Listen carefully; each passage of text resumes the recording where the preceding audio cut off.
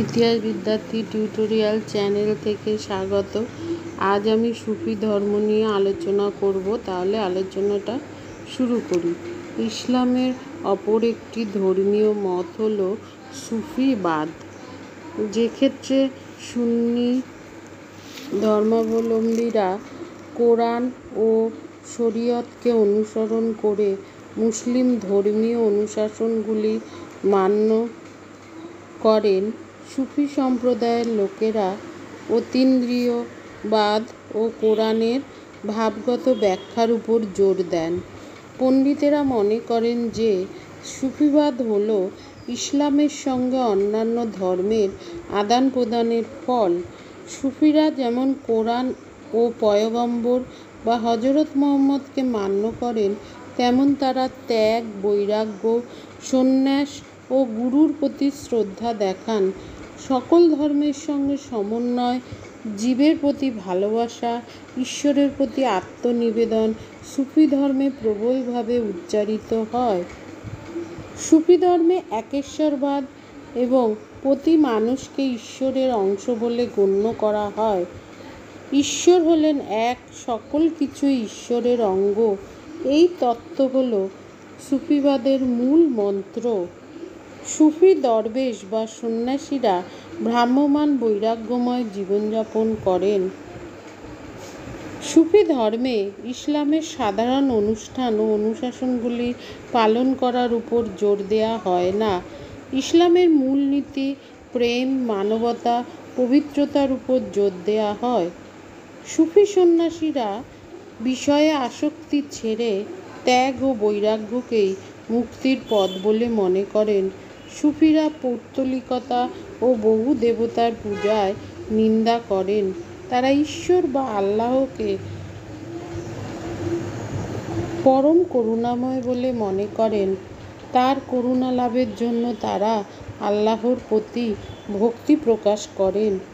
সুফি দার্শনিকরা বলেন যে আসক্তি থেকেই ব্যক্তির মধ্যে পাপ জন্মায় ও এজন্য ব্যক্তি ক্লেশ ভোগ করে। এজন্য সুফি দরবেশ বা সন্ন্যাসীরা গৃহ ত্যাগ করে সন্ন্যাস জীবনযাপন করেন। তারা সর্বদাই ঈশ্বরের নামগান করে তার করুণা লাভের জন্য চেষ্টা করেন। সুফি ধর্মে গুরুকে পীর বলা হয়। গুরু ছাড়া ঈশ্বরের নিকট আত্মসমর্পণ করা যায় না বলে সুফিরা বিশ্বাস করেন।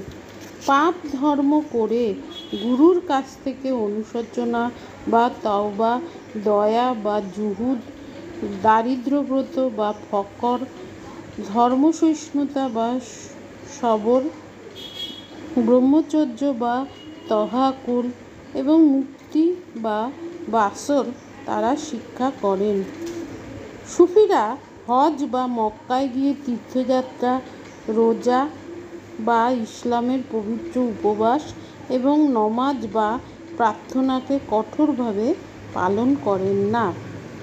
সুফি সন্তরা বৈরাগ্যপূর্ণ জীবনযাপন করলেও অরণ্যে বা পর্বতে একক সাধনা করেন না। তারা মানব সমাজে বাস করে সকলের মধ্যে তাদের বাণী প্রচার করেন। সুফি সন্তরা নানা সম্প্রদায়ে বিভক্ত ছিলেন। তাদের প্রধান শাখার নাম হল সুরাবন্দি ও চিশতি সম্প্রদায়। পাঞ্জাব, সিন্ধু, মুলতানে প্রথম সম্প্রদায়ের প্রভাব দেখা যায়। চিশতি সম্প্রদায় সমগ্র ভারতবর্ষে ছড়িয়ে পড়ে। সুফি ধর্মের উপর বৌদ্ধ ও হিন্দু ধর্মের কিছু প্রভাব আছে বলে মনে করা হয়। পারসিক উপসাগরের পথে ভারতীয় বাণিজ্য পশ্চিম এশিয়ায় চলে। এই নানা ভারতীয় দার্শনিক মতবাদ পশ্চিম এশিয়ায় ছড়িয়ে পড়ে। তাছাড়া মধ্য এশিয়ায় সিনথান, খোরাসান প্রভৃতি অঞ্চলে একদা বৌদ্ধ উপনিবেশ ছিল। এই স্থানের অধিবাসীরা ইসলাম ধর্মে দীক্ষিত হলেও তাদের মধ্যে বৌদ্ধ প্রভাব রয়ে যায়। সিন্ধু দেশে আরব আক্রমণ হলে ইসলামের সঙ্গে হিন্দু ধর্মের সংযোগ ঘটে। এক শ্রেণীর উদার চিন্তাবিদ উভয় ধর্মের শ্রেষ্ঠ দিকগুলির সমন্বয়ের চেষ্টা করেন। কোনো কোনো পণ্ডিত বলেন যে সুফি ধর্মের সমন্বয়বাদ, গুরুবাদ, ঈশ্বরের প্রতি আত্মসমর্পণ হিন্দু ও বৌদ্ধ প্রভাবে গড়ে ওঠে। তবে একথা সত্য যে ইসলামের গোঁড়ামি থেকে সুফি ধর্ম অনেক মুক্ত।